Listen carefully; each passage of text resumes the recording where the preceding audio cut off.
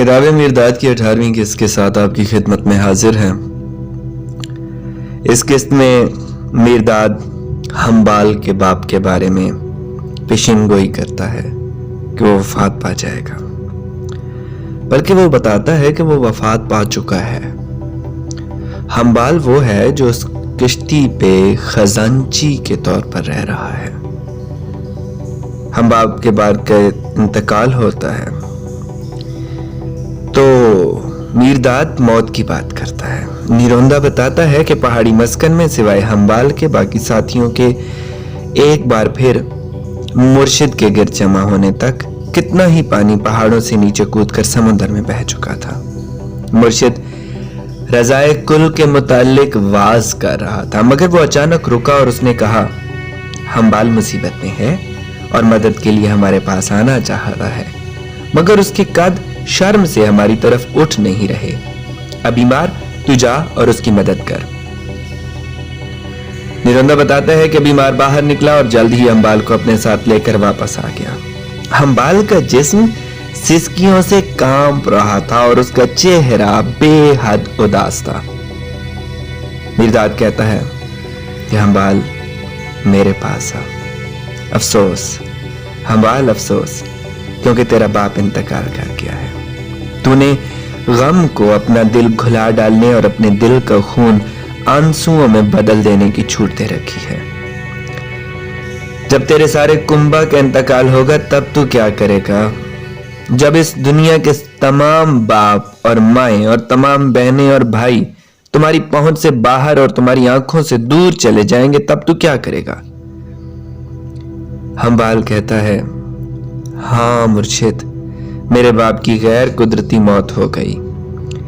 جو بچھڑا اس نے پچھلے سال خریدا تھا، کل شام کو اس نے اس کا پیٹ چاک کر ڈالا اور اس کی کھوپڑی توڑ دی۔ پیغام دینے والے نے ابھی مجھے اس کی بارے میں بتایا ہے۔ میں بہت دکھی ہوں، میں بہت دکھی ہوں۔ میرداد کہتا ہے، ایسا لگتا ہے کہ تمہارا باپ اس وقت مرا جب اس کو دنیا کی مرادیں ملنے والی تھی۔ حنبال، ایسی ہی بات ہے مرشد، بالکل ایسے ہی ہوا۔ میرداد، اور اس کی موت تجھے اس لیے زیادہ چبھتی ہے کیونکہ وہ ان پیسوں سے خریدا گیا بچڑا تھا جو تو نے اسے بھیجے تھے۔ حنبال، یہی بات ہے مرشد، بالکل ایسے ہی ہوا۔ ایسا لگتا ہے کہ تو سب کچھ جانتا ہے۔ میرداد، جو پیسے میرداد کے تئیں تیری محبت کی قیمت تھے۔ نیروندہ، حنبال اور کچھ نہ کہہ سکا کیونکہ روتے روتے اس کا گلا رند گیا تھا۔ نیروندہ بتاتا ہے کہ حنبال کو مخاطب کرتے ہوئے میرداد کہتا ہے، تیرا باپ نہیں مرا، نہ ہی اس کی صورت اور پرچھائیاں مری ہیں، مگر اصل میں تیرے باپ کی بدلی ہوئی صورت اور پرچھائیوں کے لیے تیرے حواس خمسہ مر گئے، کیونکہ صورتیں اتنی لطیف اور ان کی پرچھائیاں اتنی خفیف ہوتی ہیں کہ انسان کی معمولی آنکھ ان کو دیکھ ہی نہیں سکتی۔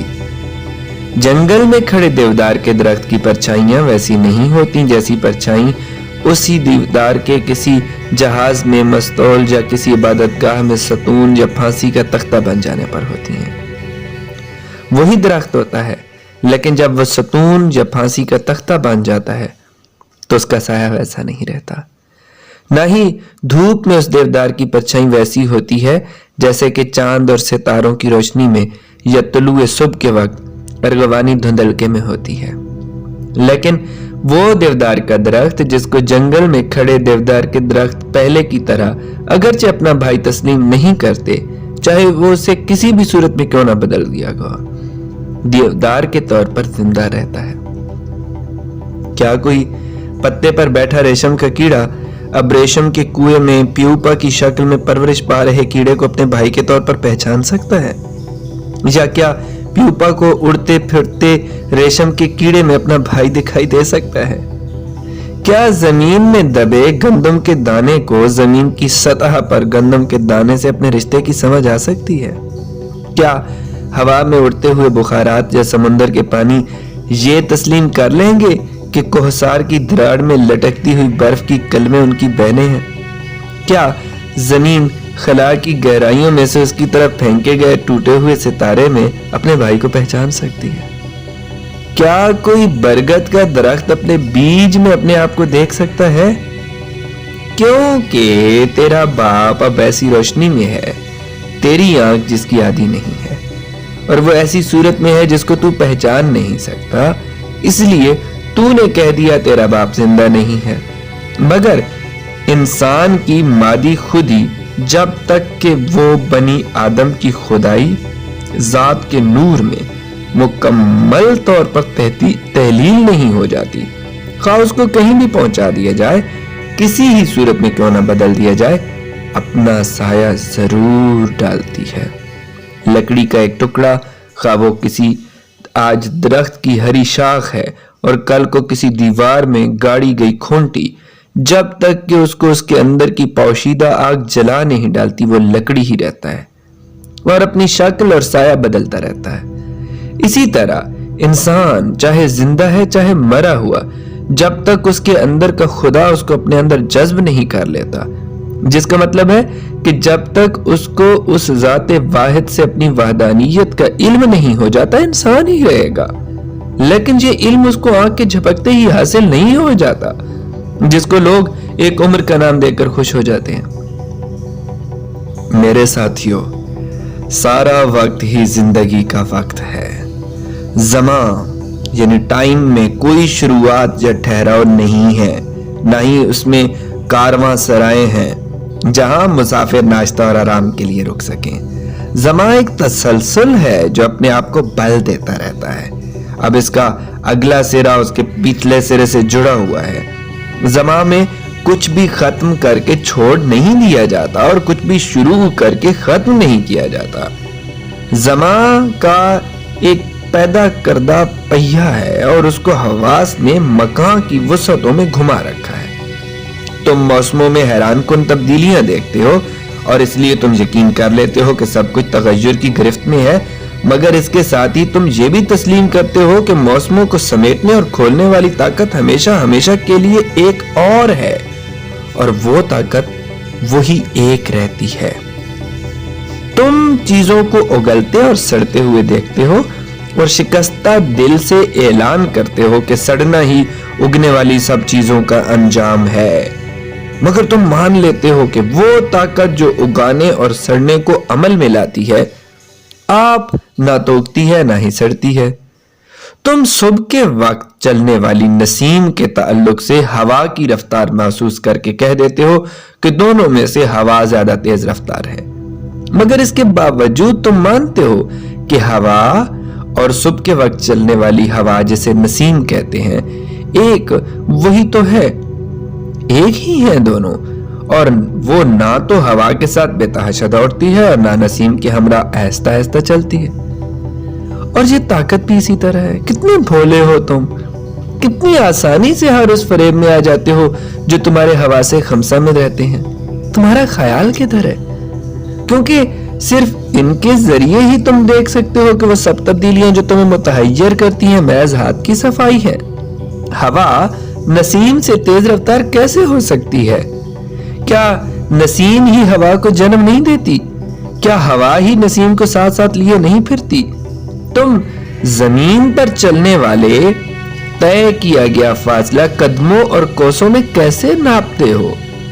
تم خواہ ٹہلتے ہوئے چلو خواہ سرپٹ دوڑو، کیا تمہیں زمین کی رفتار ان مقامات اور فاصلوں میں اپنے ساتھ ساتھ لیے نہیں پھرتی جن میں زمین خود گھسٹتی جاتی ہے؟ اس لیے کیا تمہاری رفتار وہی نہیں ہے جو رفتار زمین کی ہے؟ کیا زمین اپنی باری میں دوسرے سیاروں کے ساتھ گھسیٹتی نہیں جاتی اور اس کی رفتار اس کے ساتھ برابر نہیں کر دی جاتی؟ ہاں، سست رہو تیز رہو کی ماں ہے۔ تیز رہو سست رہو کو اٹھا لے جاتی ہے، اور تیز رہو اور سست رہو زمان اور مکان کے ہر نقطہ پر لازم و ملزوم ہے۔ تم یہ کیسے کہتے ہو کہ اگنا اگنا ہے اور سڑنا سڑنا ہے اور وہ ایک دوسرے کے متضاد ہیں؟ کیا کبھی کوئی چیز کسی چیز کے سڑے بغیر اس میں سے اگتی ہے؟ کیا کوئی چیز کسی چیز میں سے اگے بغیر سڑی ہے؟ کیا تم مسلسل سڑ سڑ کر نہیں اگ رہے؟ کیا تم لگاتار اگ اگ کر نہیں سڑ رہے؟ کیا مرے ہوئے لوگ زندوں کے لیے زمین کی نچلی تہ میں نہیں ہیں اور جینے والے مرے ہوئوں کے اناج کے گودام نہیں ہیں؟ اگر پیدائش فرسودگی کی اولاد ہو اور فرسودگی کی پیدائش کی اولاد اگر زندگی اور موت کی ماں ہو اور موت زندگی کی ماں، تو یقیناً وہ زمان اور مکان کے ہر نقطے پر ایک ہوں گے، اور تمہارا جینا اور بڑھنے پر خوش ہونا واقعی اتنا ہی بے وقوفی ہوگی جتنا کہ مرنے اور زوال پذیر ہونے پر ماتم منانا۔ تم یہ کیسے کہہ سکتے ہو کہ خزاں ہی انگور کا موسم ہوتا ہے؟ میں کہتا ہوں انگور سردی میں بھی پکا ہوتا ہے، جبکہ وہ انگور کی بیل میں اونگتا ہے، ابھی ظاہر ہی نہیں ہوتا، محسوس نہ ہونے والی کروٹیں بدلتا اور میٹھے خواب لیتا ہوا رس ہوتا ہے، وہ بہار میں بھی پکا ہوتا ہے، جب وہ زمرد کے چھوٹے چھوٹے منکوں جیسا نرم گچھوں میں نمودار ہوتا ہے، اور موسم گرما میں بھی پکا ہوتا ہے، جب گچھے پھیل جاتے ہیں اور منکے پھول جاتے ہیں اور ان کے رخسار دھوپ کے سونے میں رنگے جاتے ہیں۔ اگر ہر موسم اپنے اندر دوسرے تینوں موسم جذب کیے ہوتا ہے تو حقیقتاً زمان اور مکان کے ہر نقطے پر سبھی موسم ایک جیسے ہوتے ہیں۔ ہاں، زمان سب سے بڑا مداری ہے اور انسان سب سے بڑا دھوکے کا شکار۔ سب کچھ پہیے میں گھسی گلہری کی طرح ہے۔ انسان جس نے زمان کے پہیے کو گھما رکھا ہے، اس کی حرکت نے اسے ایسا گرویدہ کر لیا ہے، اس طرح اپنا گرویدہ کر لیا ہے کہ اپنی رفتار میں بہا لیا ہے کہ اب وہ یقین نہیں کر سکتا کہ اس کا محرک وہ خود آپ ہے، نہ ہی اس کے پاس وقت کی حرکت کو روکنے کی فرصت ہے۔ اور بہت کچھ اس بلی کی مانند ہے جو یقین کرتے ہوئے کہ وہ خون جو وہ چاٹ رہی ہے وہ پتھر میں سے رس رہا ہے، وہ تیز پتھریلی چٹان کو چاٹ کر اپنی جیب کے سا لیتی ہے، حالانکہ اس کی اپنی زبان سے خون آ رہا ہوتا ہے، لیکن اسے یہ لگ رہا ہے کہ یہ خون پتھر سے آ رہا ہے۔ انسان زمان کے محیط پر بہ رہے اپنے ہی خون کو چاٹے چلا جاتا ہے اور زمان کے آرے سے چیری گئی اپنی چمڑی کو چبایا جاتا ہے، اور اسے یہ لگتا ہے کہ وہ زمان کا خون اور گوشت چبا رہا ہے۔ زمان کا پہیہ مکان کی خلاؤں میں گھومتا ہے۔ یہ زمان و مکان، وہ سبھی چیزیں جنہیں ہوا سے خمسہ محسوس کر سکتے ہیں، زمان کے محیط پر ہیں، اور ہوا سے خمسہ ایسی کسی بھی چیز کو محسوس کرنے کے ناقابل ہیں جو زمان اور مکان کے اندر نہ ہو۔ پاس چیزیں ظاہر اور معدوم ہوتی رہتی ہیں، دوسرے کے لیے کسی دوسرے نقطے پر ظاہر ہو جاتا ہے۔ جو ایک کے لیے فراز ہے دوسرے کے لیے نشیب ہوتا ہے، جو ایک کے لیے بلندی ہے دوسرے کے لیے پستی ہے، جو ایک کے لیے دن ہے دوسرے کے لیے رات ہے۔ اس تمام کا دار و مدار دیکھنے والے کے کب اور کہاں پر ہوتا ہے، کون کب کھڑا اور کہاں کھڑا ہے۔ درویشوں، زمان کے پہیے کے محیط پر ہستی اور نیستی کی سڑک ایک ہی ہے، کیونکہ چکر کی حرکت کبھی کسی خاتمے پر نہیں پہنچ سکتی اور نہ ہی وہ اپنے آپ کو استعمال کر کے ختم کر سکتی ہے، اور دنیا میں ہر ایک حرکت ایک چکر میں گھومتی ہوئی حرکت ہے۔ کیا پھر انسان اپنے آپ کو زمان کے بےہودہ چکر سے کبھی آزاد نہیں کر سکے گا؟ انسان آزاد ہو جائے گا کیونکہ انسان رب کی پاک نجات کا وارث ہے۔ زمان کا پہیہ گھومتا رہتا ہے مگر اس کا محور اپنی جگہ قائم رہتا ہے۔ رب زمان کے پہیے کا محور ہے، خواہ زمان اور مکان میں سب چیزیں اس کی گرد گھومتی ہیں، تاہم وہ آپ ہمیشہ لا زمان والا مکان اور غیر متحرک رہتا ہے۔ خواہ سب چیزیں اس کے کلمہ سے پیدا ہوئی ہیں، اس کا کلمہ بھی اسی کی طرح لا زمان اور لا مکان ہے۔ محور کے اندر سکون ہی سکون ہے، محیط پر ہنگامہ ہی ہنگامہ ہے۔ تم کون سی جگہ رہنا پسند کرو گے؟ میں بتاتا ہوں، تم زمان محیط سے سرک کر محور پر آ جاؤ اور اپنے آپ کو حرکت کے چکر سے بچا لو۔ تم زمان کو اپنے گرد چکر کاٹنے دو، تم زمان کے ساتھ چکر نہ کاٹو۔ یہاں پر آ کر 18واں باب اختتام پذیر ہوتا ہے اور 19ویں باب کو علیحدہ قسط کی صورت پیش کرنے کی بجائے میں اسی کے ساتھ اس لیے جوڑ رہا ہوں کیونکہ دلیل اور یقین اور نفس کی نفی اور خود کو اجاگر کرنا، زمان کے پہیے کو کیسے ٹھہرانا ہے، یہ اس باب میں موجود ہے، اور یہ اس کے ساتھ جڑ کر ہی آپ کو اپنی معنویت سے زیادہ آسانی کے ساتھ روشناس کرائے گا۔ بلا توقف باب 19 کی جانب بڑھتے ہیں۔ اب اس گفتگو سے جو بینن ہے وہ کہتا ہے کہ مجھے معاف کر دو مرشد، مگر تمہاری یہ دلیل جو زمان و مکان کے بارے میں ہے کہ معقولیت نے مجھے حیرت میں ڈال دیا ہے۔ میرداد جواباً کہتا ہے اس میں کوئی حیرانی والی بات نہیں ہے بہرون، تجھے منصف کہہ کر پکارا جاتا ہے، انصاف کرنے والا۔ کسی معاملے کا فیصلہ کرنے سے پہلے تو دلیل پر زور دیتا ہے۔ تو اتنے عرصے سے منصف چلا آ رہا ہے، کیا تجھے ابھی تک پتہ نہیں چلا کہ دلیل کا ایک ہی فائدہ انسان کو منطق سے چھٹکارا دلانا اور یقین کی منزل تک اس کی رہنمائی کرنا ہے جو اسے آگے عرفان کی راہ پر لاتا ہے؟ دلیل ناپختگی ہے جو علم کے دریائی گھوڑے کو پھانسنے کے مقصد سے اپنے باریک جال بنتی رہتی ہے۔ جب دلیل جوان ہوتی ہے وہ اپنے ہی پھندوں میں اپنا گلا گھونٹ لیتی ہے اور یقین کی شکل میں بدل جاتی ہے جو عمیق ترین علم ہے۔ دلیل اپاہجوں کی بے ساکھی ہے مگر تیز گام کے لیے بوجھ اور پروں والوں کے لیے اور بھی زیادہ بوجھ ہے۔ منطق سٹھیا چکا یقین ہے، یقین بالغ ہو چکا منطق ہے۔ بہرحال جب تیرا منطق جوان ہوگا اور یہ جلدی جوان ہو جائے گا تو پھر تو دلیل کا ذکر بھی نہیں کرے گا۔ یہ باتیں سن کر بہرون کہتا ہے زمان کے محیط سے سرک کر محور پر جانے کے لیے ہمیں اپنی خودی کو نفی کرنا ضروری ہوگا۔ کیا انسان اپنی ہستی سے انکار کر سکتا ہے؟ میرداد بے شک، اس صورت میں تمہیں اس خودی کی نفی کرنا ہوگی جو زمان کے ہاتھوں میں کھلونا ہے، اور اسی طرح اس خودی کو اجاگر کرنا ہوگا جو زمان کی شعبدہ بازیوں سے محفوظ ہے۔ بینون کیا ایک خودی کی تردید اور دوسری خودی کی تائید ہو سکتی ہے؟ میرداد ہاں، نفس کو نفی کرنا حقیقی خودی کو اجاگر کرنا ہے۔ جب کوئی تبدیلی کے لیے مر جاتا ہے تو وہ غیر متبدل میں ظاہر ہو جاتا ہے۔ زیادہ تر لوگ مرنے کے لیے جیتے ہیں، خوش نصیب وہ ہیں جو جینے کے لیے مرتے ہیں۔ بینون اس کے باوجود انسان کو انسان سے اپنی پہچان زیادہ عزیز ہے۔ یہ کیسے ہوگا کہ وہ خدا میں جذب بھی ہو جائے اور اپنی الگ پہچان سے بھی باخبر رہے؟ میرداد کیا یہ نالے کے لیے نقصان دہ ہے کہ وہ سمندر میں گم ہو جائے اور اس طرح وہ اپنے آپ سے سمندر کے طور پر آگاہ ہو جائے گا؟ انسان کا خدا میں اپنی ہستی کو فنا کر دینا، اپنے سائے کو کھو دینا اور اپنی ہستی کا بے سایہ جوہر پا لینا ہے۔ اس دوران ان کے ساتھیوں میں سے میکاستر بولتا ہے کہ انسان جو زمان کی تخلیق ہے زمان کے پنجے سے کیسے آزاد ہو سکتا ہے؟ میرداد بتاتا ہے کہ جیسے موت تمہیں موت سے نجات دلائے گی اور زندگی تمہیں زندگی سے آزاد کرائے گی، ویسے ہی زمان تمہیں زمان سے نجات دلائے گا۔ انسان تبدیلی سے اس قدر اکتا جائے گا کہ اس کے اندر کا سب کچھ اس کے لیے جو تبدیلی سے کہیں زیادہ طاقتور ہے تڑپے گا اور کبھی ختم نہ ہونے والی شدت سے تڑپتا رہے گا، اور وہ چیز یقیناً اس کو اپنے اندر ہی مل جائے گی۔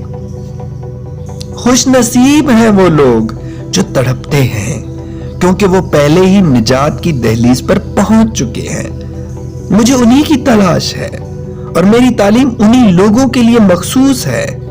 کیا میں نے تمہیں اس لیے نہیں چنا کہ میں نے تمہاری تڑپ سن لی تھی؟ مگر لعنت ہے ان پر جو زمان کے چکروں کو حرکت دیتے ہیں اور اس میں اپنی آزادی اور اپنی راحت ڈھونڈتے ہیں۔ جو ہی وہ پیدائش کے لیے مسکراتے ہیں انہیں موت کے لیے رونا پڑ جاتا ہے، جو ہی وہ بھرپور کیے جاتے ہیں انہیں خالی کر دیا جاتا ہے، جو ہی وہ امن کی فاختہ کو اپنے جال میں پھانستے ہیں وہ ان کے ہاتھوں میں جنگ و جدل کے گدھ کی شکل اختیار کر لیتی ہے۔ وہ جتنا زیادہ سوچتے ہیں کہ وہ جانتے ہیں، اصل میں ان کو اتنا ہی کم علم ہوتا ہے۔ وہ جتنا آگے بڑھتے ہیں اتنا ہی زیادہ پیچھے ہٹ جاتے ہیں۔ وہ جتنی زیادہ بلندی پر چڑھتے ہیں اتنی ہی زیادہ پستی میں گر جاتے ہیں۔ ان کے لیے میرے یہ الفاظ مبہم اور پریشان کرنے والی پھسپھساہٹ ہوں گے، وہ پاگل خانے میں کی گئی دعا کی طرح ہوں گے، اندھے کے آگے روشن کی گئی مشال کی مانند ہوں گے۔ جب تک وہ بھی خود نجات کے لیے تڑپنا شروع نہیں کریں گے وہ میرے الفاظ پر کان ہی نہیں دھریں گے۔ یہ ساری باتیں سن کر ہمبال رونے لگتا ہے، روتے ہوئے کہتا ہے مرشد تو نے صرف میرے کان ہی نہیں کھولے بلکہ میرا دل بھی پاک کر دیا ہے۔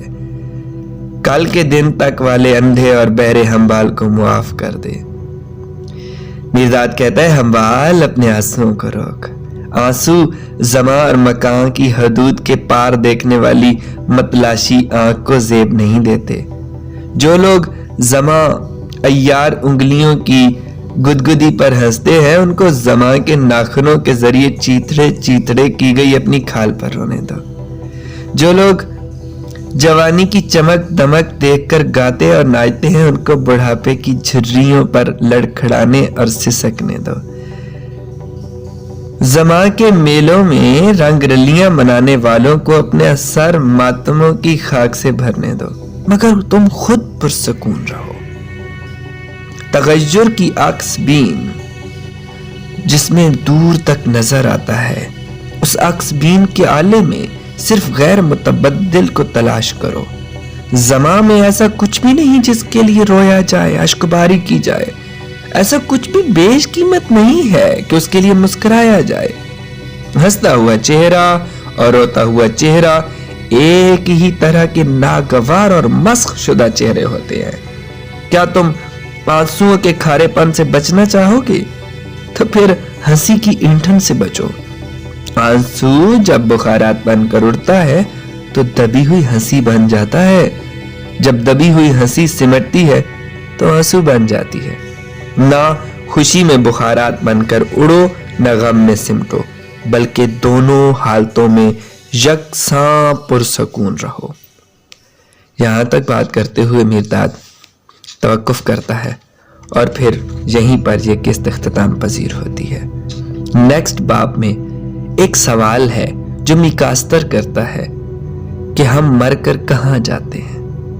یہ سوال جب وہ میرداد سے کرتا ہے تو اس کے بدلے میں جو میرداد ان کو جواب دیتا ہے وہ نہایت دلچسپ ہے۔